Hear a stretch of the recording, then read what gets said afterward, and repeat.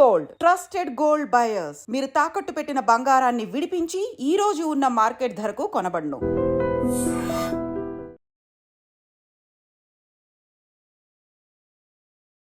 Welcome to iDream. నేను మీ భవ్య. ఇప్పుడు మనతో పాటు ఉన్నారు dietician and yoga teacher Nanditha garu. నమస్తే మేడం, ఎలా ఉన్నారు? బాగున్నాను, థ్యాంక్ యూ మేడం. ఇప్పుడు షుగర్ ఉన్న పేషెంట్స్ కి ఒక పెద్ద టాస్క్ ఏంటంటే రైస్ తినద్దు. అబ్బా ఇక వచ్చిందిరా బాబు, ఫస్ట్ వాళ్ళ బాధ అంతా కూడా వాళ్ళకి బాడీలో షుగర్ వచ్చిందనే దానికన్నా రైస్ తినడం ఆపేయాల్సి వస్తుందనే బాధ ఉంటుంది. సో వాళ్ళు లంచ్లో కానీ డిన్నర్లో కానీ రైస్కి బదులు ఏం తింటే మంచిగా ఉంటుంది, షుగర్ స్పైక్ అవ్వదు, వాళ్ళు ఎనర్జెటిక్గా కూడా ఉండొచ్చు అంటారు. సో మనకి ఎక్స్పెషలీ సౌత్ పార్ట్ లో ఏంటంటే మన సౌత్ ఇండియాలో మనకి రైస్ అలవాటు. సో రైస్ లేనిది అంటే సాటిస్ఫాక్షన్ ఉండదు అనమాట. ఏం తిన్నా సరే చివరికి మైండ్ రైస్ దగ్గర రైస్ తినాలంటుంది. సో డయాబెటీస్ తో సఫర్ అవుతున్న వాళ్ళు ఏంటంటే రైస్ అవాయిడ్ చేయాల్సిన అవసరం ఏం లేదు. లంచ్ లో శుభ్రంగా రైస్ తినచ్చు. ఎంత శుభవార్త కదా మై డియర్. ఎవరన్నా సరే షుగర్ పేషెంట్స్ మీరు ఎవరన్నా చూస్తున్నట్లయితే మీరు రైస్ అవాయిడ్ చేయాల్సిన పని లేదు అని చెప్పేసి ఒక గుడ్ న్యూస్ చెప్పారు. తర్వాత ఏం చెప్తారో చూద్దాం. సో కానీ మనం ఎంత తింటున్నాం అనేది ఇంపార్టెంట్ అనమాట. మనం జనరల్ గా ఏం చేస్తామంటే మహేష్ బాబు గారు గుర్తొచ్చారు, ఎంత తింటున్నాం అనేది ఇంపార్టెంట్ అన్నది. సో ఓకే, మనము ఏం చేస్తామంటే జనరల్ గా రైస్ ఎక్కువ తింటాము, దాంట్లో కర్రీ తక్కువగా ఉంటుంది, మిగతా ఫుడ్ ఐటమ్స్ తక్కువ పెట్టుకుంటాం. అది మనకి మైనస్. ఎందుకంటే క్యాలరీస్ ఎక్కువ తీసుకుంటున్నాం, ప్రోటీన్ వెజిటేబుల్స్ తక్కువ తీసుకుంటున్నాం.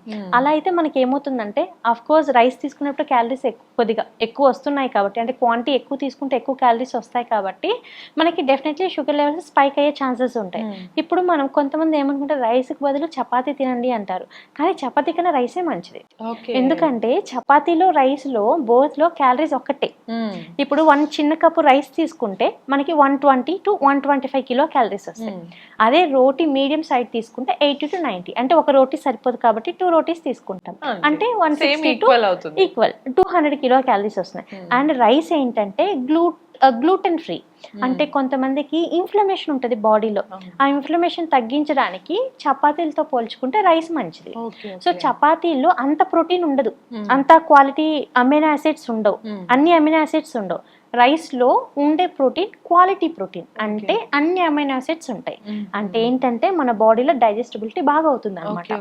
సో రైస్ వల్ల మనకి చాలా బెనిఫిట్స్ ఉన్నాయి. తినడానికి ఎంత హాయిగా ఉంటుంది, ఇప్పుడు హ్యాపీగా తీసుకోవచ్చు. బట్ క్వాంటిటీ ఎంత తీసుకుంటున్నాం? ఫర్ ఎగ్జాంపుల్ మన ఇంట్లో ఒక చిన్న కప్పు ఉందనుకోండి, 130 grams to 150 grams కప్పు ఉందనుకోండి, కుక్కర్ రైస్ 1 చక్కగా తీసుకోవచ్చు. ఒక కప్పు తీసేసుకొని ఆ ఒక కప్పుకి 2 కప్పులు వెజిటబుల్స్ యాడ్ చేసుకోవాలి. మళ్ళీ డీప్ ఫ్రై కాదు, జస్ట్ లైట్ గా వేపించిన కూరగాయలు, ఏ కూరగాయ అయినా పర్వాలేదు, కూరగాయల క్వాంటిటీ ఎక్కువ ఉండాలి. ఎందుకంటే కూరగాయల్లో ఫైబర్ ఉంటుంది. ఫైబర్ తీసుకుంటే గ్లూకోజ్ లెవెల్స్ పెరగవు, అంటే డయాబెటీస్ ఉన్న వాళ్ళని తగ్గించేదానికి ఒక మంత్రం లాగా పనిచేసేదే కూరగాయలు. సో ఆ కూరగాయలు 2 cups తీసుకోవాలన్నమాట. ఇంకొకటి ఏంటంటే పప్పు కానీ నాన్ వెజ్ తినే వాళ్ళు ఒక 80 నుంచి 90 గ్రాముల వరకు చికెన్ కానీ చేపలు కానీ తీసుకోవచ్చు. మటన్ అవాయిడ్ చేయాలి అండ్ రెడ్ మీట్ అవాయిడ్ చేయాలి. సో ఇవన్నీ కొలెస్ట్రాల్ లెవెల్స్ పెంచేస్తాయి కాబట్టి అవి రికమెండెడ్ కాదు. నాన్ వెజ్ తీసుకునే వాళ్ళు ఎగ్ వైట్స్ కానివ్వండి, ఎగ్ వైట్స్ కర్రీ ఇలా తీసుకోవచ్చు. వెజిటేరియన్ అయితే గ్రీన్ పీస్ కానీ రాజ్మా కానీ, మనకి ఏ పప్పు అయినా సరే, ఒకరోజు పెసరపప్పు వాడచ్చు, ఒకరోజు కందిపప్పు వాడచ్చు, డెఫినెట్లీ వాడాలి. దాల్తో పాటు ఆకుకూరలు యాడ్ చేసుకున్నాం అనుకోండి, క్యాలరీస్ బాగా తగ్గుతాయి అండ్ మన బాడీలో న్యూట్రియంట్ అబ్జర్ప్షన్ పెరుగుతుంది. సో మన బాడీకి కావాల్సిన కాల్షియం వస్తుంది, పప్పులు అంటే ప్రోటీన్స్ వస్తాయి, ప్రోటీన్స్ వల్ల షుగర్ తగ్గుతుంది. సో అంటే చాలా మంది షుగర్ వచ్చిన తర్వాత ఇవేవి తినద్దేమో అనుకుని క్లారిటీ లేక మోస్ట్లీ బక్కగా అయిపోతారు పేషెంట్ లాగా. ఏంటో మొత్తం అయిపోవడానికి రీజన్ ఏంటంటే షుగర్ లెవెల్స్ ఎక్కువ అయిపోయినా సరే సన్నగా అయిపోతారు, వీక్ అయిపోతారు, మజిల్ లాస్ అయిపోతుంది. సో మజిల్ ఎలా వస్తుంది? ప్రోటీన్ తీసుకుంటేనే వస్తుంది అనమాట. సో ప్రోటీన్ తీసుకోవాలి. సో ఒక ప్లేట్లో మనం ఒక రైస్, ఇప్పుడు ఒక కప్పు రైస్, వెజిటేబుల్స్ వచ్చింది, పప్పు వచ్చింది, ఒక కప్పు పెరుగు డెఫినెట్లీ వాడాలి. పెరుగు వాడితే మనకి బోన్స్కి మంచిది, మంచి ప్రోటీన్ వస్తుంది. ప్లస్ మన గట్, అంటే మన ఇంటెస్టైన్ హెల్త్ని ఇంప్రూవ్ చేసే ప్రోబయోటిక్ పెరుగులో ఉంటుంది అనమాట. సో ఆ పెరుగు ఇవన్నీ తీసుకోవచ్చు. కావాలి అంటే స్వచ్ఛమైన, అంటే ఆర్గానిక్ ఆవు నెయ్యి 1 స్పూన్ వాడచ్చు. ఎందుకంటే ఆవు నెయ్యి వేడి అన్నంలో వేయడం వలన దాంట్లో ఉండే గ్లైసిమిక్ ఇండెక్స్, అంటే ఏంటంటే దాంట్లో ఉండే క్యాలరీస్ బాగా తగ్గుతాయి. ఓకే. అది ఇంకొకటి ఏంటంటే ఆ ఆవు నెయ్యి బయో అవైలబిలిటీ అంటే అబ్జర్ప్షన్ లెవెల్స్ చాలా ఫాస్ట్గా ఉంటాయి అనమాట. 96 to 97% మన బాడీలో డైజెస్ట్ అయిపోతుంది. ఓకే. ఓకే. డైజెస్టబిలిటీ చాలా ఎక్కువగా ఉంటుంది అనమాట. సో ద పవర్ ఆఫ్ ఆవు నెయ్యి స్వచ్ఛమైనది, Okay. బయట దొరికేది తెలీదు మనకు. సో ఎక్కడైనా మనకి లక్కీగా డైరెక్ట్ గా దొరికింది అయితే మనం మనకి లక్కీగా దొరికిందంటే ఒక స్పూన్ వేసుకోవచ్చు చక్కగా. కానీ అది వేసుకున్నప్పుడు మనం నూనె ఎంత వాడుతున్నాం వంటల్లో అనేది ఇంపార్టెంట్ అన్నమాట. ఎందుకంటే వంటల్లో నూనె ఎక్కువగా వాడేసి ఇది కూడా ఎక్కువగా వాడేస్తే డెఫినెట్లీ కొలెస్ట్రాల్ పెరిగిపోతుంది అండ్ షుగర్ లెవెల్స్ పెరిగిపోతాయి. సో మన బాడీలో కొలెస్ట్రాల్ తగ్గాలి అన్నా, డయాబెటీస్, షుగర్, గ్లూకోజ్ లెవెల్స్ తగ్గాలి అన్నా, కంట్రోల్లో ఉండాలి అన్నా మనం తీసుకునే మీల్ అలా ఉండాలి. Right. అలా వెల్ బ్యాలెన్స్డ్గా అంటే మన బాడీకి కావాల్సిన అన్ని న్యూట్రియంట్ ఒక ప్లేట్లో వచ్చేయాలి. దీనికి మనకు ఫ్యాన్సీ డైట్స్ అవసరం లేదు. మన ఇంట్లో దొరికేటివే మనం ఎలా వండుకోవాలి అని తెలిస్తే సరిపోతుంది అనమాట. ఇది యాడ్ చేసుకుంటే గ్లూకోజ్ లెవెల్స్ సక్సెస్ఫుల్గా మనం కంట్రోల్ చేసుకోవచ్చు. ఇక్కడ మంచి హ్యాపీ గుడ్ న్యూస్ చెప్పారు, రైస్ తినొచ్చు అని. అయితే కొంచెం ఇంకొంత డౌట్ రావచ్చు, మొహమాట పడవచ్చు అడగటానికి. కొంతమంది క్వాంటిటీ ఎక్కువ తినగలుగుతుంటారు అనమాట, బాగా ఆకలేసే వాళ్ళు ఉంటారు. సో వాళ్ళకి కొంచెం రైస్ అనేది సరిపోకపోవచ్చు, ఎక్స్ట్రా రైస్ తింటే వాళ్ళకి మళ్ళీ ఎఫెక్ట్ అవ్వచ్చు అంటారు.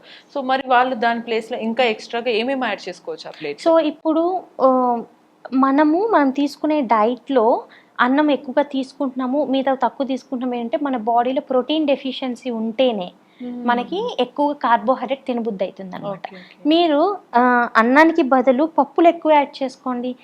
పచ్చి బఠానీ దొరుకుతుంది, ఉడకపెట్టుకొని ఒక 80 grams, ఒక 90 grams అన్నంలోకి వేసుకోండి. కిచడీ లాగా చేసుకొని మనం మూంగ్ దాల్ కిచడీ లాగా చేసుకొని దాంట్లో గ్రీన్ పీస్ వేసేసుకొని ఇలాన్నీ తీసుకుంటే అసలు ఆకలి రాదు, అంటే తగ్గుతుంది. ప్రోటీన్ వల్ల మనకి ఫుల్నెస్ వస్తుంది. ఫుల్నెస్ వల్ల ఆకలి లేదనమాట. ఆకలి ఎప్పుడు వేస్తుంది అంటే మనం తీసుకునే డైట్లో ప్రోటీన్ సరిగా తీసుకోకపోతే ఆకలి వేస్తుంది. సో రైస్ ఎక్కువగా తినే వాళ్ళు కూడా, ఎక్కువ క్వాంటిటీ తీసుకునే వాళ్ళు కూడా ఫస్ట్ క్వాంటిటీని మెయింటైన్ చేసుకోవాలి. ఆకలి బ్యాలెన్స్ చేసుకోవాలంటే ప్రోటీన్ తీసుకుంటే సెట్ అయిపోతుంది. సో మరి లంచ్ కి తిన్నాము, మళ్ళీ డిన్నర్ లో కూడా కొన్నిసార్లు నైట్ షుగర్ ఉన్న వాళ్ళు రైసే తినద్దు అని అవాయిడ్ చేస్తూ ఉంటారు చాలా మంది. ఏదో తింటే చపాతీ తింటారు, లేకపోతే చాలా మంది కొన్నిసార్లు స్కిప్ చేస్తూ ఉంటారు, నైట్ టిఫిన్స్ తింటారు. సో మరి అది వాళ్ళకి హెల్దీనేనా కాదా, మరి ఏం చేయొచ్చు? సో నైట్ లో టిఫిన్ తీసుకోవడం మంచిదేం కాదు. ఎందుకంటే టిఫిన్ అంటే ఇడ్లీ, దోశ ఇవే వస్తాయి, అదే ఉప్మా వస్తుంది. డెఫినెట్లీ దాంట్లో గ్లైసెమిక్ ఇండెక్స్ ఎక్కువగా ఉంటుంది, షుగర్ లెవెల్స్ పెరిగిపోతాయి. అలా కాదు, the best option for dinner millets. మనకి మన పెద్దవాళ్ళు ఎప్పుడు జొన్నలు తినేవాళ్ళు, సజ్జలు తినేవాళ్ళు, అంటే ఒక రాగులు తప్ప మిగతా అన్ని తినొచ్చు షుగర్ ఉన్న వాళ్ళు. ఎందుకంటే రాగులు కొంతమందికి గ్లూకోజ్ లెవెల్స్ పెరిగిపోతాయి అన్నమాట. అలా కాకుండా జొన్న సంగటి కానీ, జొన్నల అన్నం కానీ, సజ్జల అన్నం కానీ కిచిడీ లాగా చేసేసుకొని ఒక చిన్న కప్పు 130 to 150 grams వరకు తీసుకొని దాంట్లోకి ఒక 100 grams వెజిటేబుల్స్ యాడ్ చేసేసుకొని మళ్ళీ గ్రీన్ పీస్ కానీ, లేకపోతే కన్నా మూంగ్ దాల్ పెసరపప్పు లాగా కిచిడీ లాగా చేసేసుకొని చక్కగా ఒక ఆకుకూర పెట్టుకొని చక్కగా తీసుకోవచ్చు. ఒక గ్లాస్ బటర్ మిల్క్ తీసుకోవచ్చు అన్నమాట. రోజు అన్నం తినేది అలవాటు ఉన్న వాళ్ళకి ఈ కిచిడీ టైప్ ఏవో ఒక మిల్లెట్ వేసుకొని తినడం హాయిగా ఉంటుంది, ప్లస్ టేస్టీగా కూడా ఉంటుంది. ప్లస్ మనం నూనె కూడా తక్కువ వాడతాం కాబట్టి క్యాలరీస్ కూడా ఎక్కువగా రావు. సో అన్నానికి బదులు రాత్రిపూట చపాతీల కన్నా మిల్లెట్స్ బెటర్. సో మిల్లెట్స్ రోటీలా కూడా చేసుకోవచ్చు. జొన్న రొట్టెలు చేసుకుంటే తెలంగాణలో ఎక్కువ జొన్న రొట్టెలు బాగా చేసుకోవచ్చు. ఆ జొన్న రొట్టె లాగా బాగా చక్కగా చేసుకొని దాంట్లో కర్రీలు ఎక్కువ ఉండాలి. అదర్ ఏరియాస్ లో సంథింగ్ కొన్నిసార్లు జొన్న రొట్టెలు ఇవి తినలేని వాళ్ళకి మరి ఎలాంటి వాళ్ళు కిచిడీ లాగా చేసేసుకోవచ్చు. జొన్న రొట్టె ఇష్టం లేని వాళ్ళు అన్నం తోటి కిచిడీ ఇవన్నీ అన్నం కాకుండా జొన్నలతోనే కిచిడీ చేయొచ్చు. జస్ట్ జొన్న రవ్వ ఉంటది కదా, జొన్న రవ్వ కానీ లేకపోతే జొన్నలు తీసేసుకొని దాన్ని మనం సోక్ చేసుకోవాలన్నమాట. ఎందుకంటే మిల్లెట్స్ చేసుకునేటప్పుడు ఒక 8 గంటలు సోక్ చేయాలి, లేకపోతే న్యూట్రియంట్ అబ్జర్ప్షన్ ఉండదు. ఎవరైనా సరే మిల్లెట్స్ చేసేటప్పుడు 8 గంటలు నానబెట్టాలి. 8 గంటల నుంచి 9 గంటల వరకు నానబెట్టి తర్వాత వండితే ఈజీగా అయిపోతుంది. జస్ట్ 15 to 20 minutes అయిపోయే వంటకం అనమాట. డయాబెటీస్ ఉన్న వాళ్ళే కాదు, వెయిట్ లాస్ అవ్వాలి అనుకున్న వాళ్ళు కూడా ప్రతి ఒక్కరూ డెఫినెట్లీ మిల్లెట్స్ యాడ్ చేసుకోవాలి. మనకి రైస్లో దొరకని న్యూట్రియంట్స్ కూడా మిల్లెట్స్లో దొరుకుతాయి. అండ్ మిల్లెట్స్ 150 grams తీసుకున్నా మనకి 130 చాలా తక్కువ క్యాలరీస్ వస్తాయి. 110, 115 క్యాలరీసే వస్తాయి. అంటే మనము డయాబెటీస్తో ఉన్నప్పుడు క్యాలరీస్ ఎంత తీసుకుంటున్నాం అనేది ఇంపార్టెంట్. ఎక్కువ క్యాలరీస్ తీసుకుంటే గ్లూకోజ్గా కన్వర్ట్ అయిపోతుంది. ఎందుకంటే కార్బోహైడ్రేట్ గ్లూకోజ్ గా కన్వర్ట్ అయిపోతుంది కాబట్టి గ్లూకోజ్ లెవెల్స్ ఫ్లక్చువేట్ అయితే మళ్ళీ షుగర్ లెవెల్స్ అనేవి షుగర్ గ్లూకోజ్ అంటే షుగర్ పెరుగుతుంది తగ్గుతుంది. సో ఇది మనం తీసుకునే దాన్ని బట్టి ఉంది. సో మనం తీసుకునే దాంట్లో క్యాలరీస్ తక్కువ ఉన్నాయి అనుకోండి, కొద్దిగా ఎక్కువ తీసుకున్నా మనకి ప్రాబ్లం ఉంది. సింపుల్. అదే జొన్నలు అంటే మీరు అన్నట్టు పొద్దున్నుంచి మార్నింగ్ లేవగానే ఎలాగో టిఫిన్ ఇవి చేసుకుంటున్నప్పుడే నానబెట్టుకొని నైట్ టైం కల్లా వాటిని మంచిగా మిక్సీ పట్టి. మిక్సీ కూడా అవసరం లేదు. ఓకే, జొన్నలు అయితే అలాగే మనము ఇది కిచిడీలా చేసేసుకోవచ్చు. టేస్ట్ కూడా బాగుంటది. కుక్కర్ లో పెట్టుకొని తాలింపు వేసి మనము ఇలా వేసుకొని తాలింపులో వేసుకొని కుక్కర్ లో పెట్టుకొని ఒక 10 to 15 విజిల్స్ రావాలి. అది ఉడకాలంటే కొద్దిగా హార్డ్ ఉంటది.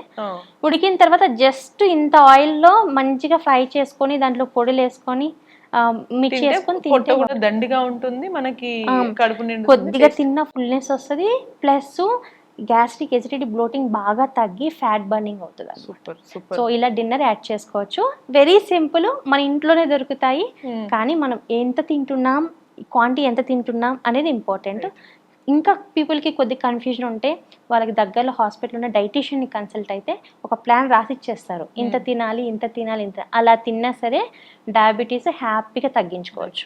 ఇంకో చివరి డౌట్ మేడం, కొన్నిసార్లు నైట్ టైమ్స్ లో కొంతమందికి పాలు తాగే అలవాటు ఉంటుంది, అవి తాగొచ్చా లేదా? పాలు ఒక చిన్న కప్పు తీసుకోవచ్చు, ఒక 100 ml వరకు తీసుకోవచ్చు. దాంట్లో పసుపు కూడా వేసుకోవచ్చు, మంచిగా నిద్ర కూడా వస్తుంది. షుగర్ బెల్లం అవాయిడ్ చేసి, బెల్లము షుగర్ అస్సలు అవాయిడ్ చేయాలి.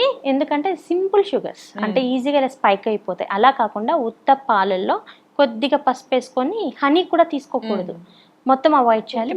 కొద్ది పాలల్లో పసుపు వేసుకుంటే ఇంకా మంచిగా నిద్ర వస్తుంది అనమాట. అలా తీసుకోవచ్చు.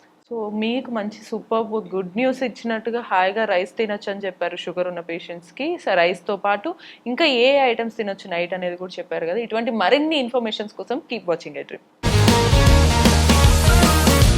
Sir, one life lesson what medicine has taught you. Whatever you can do without expecting.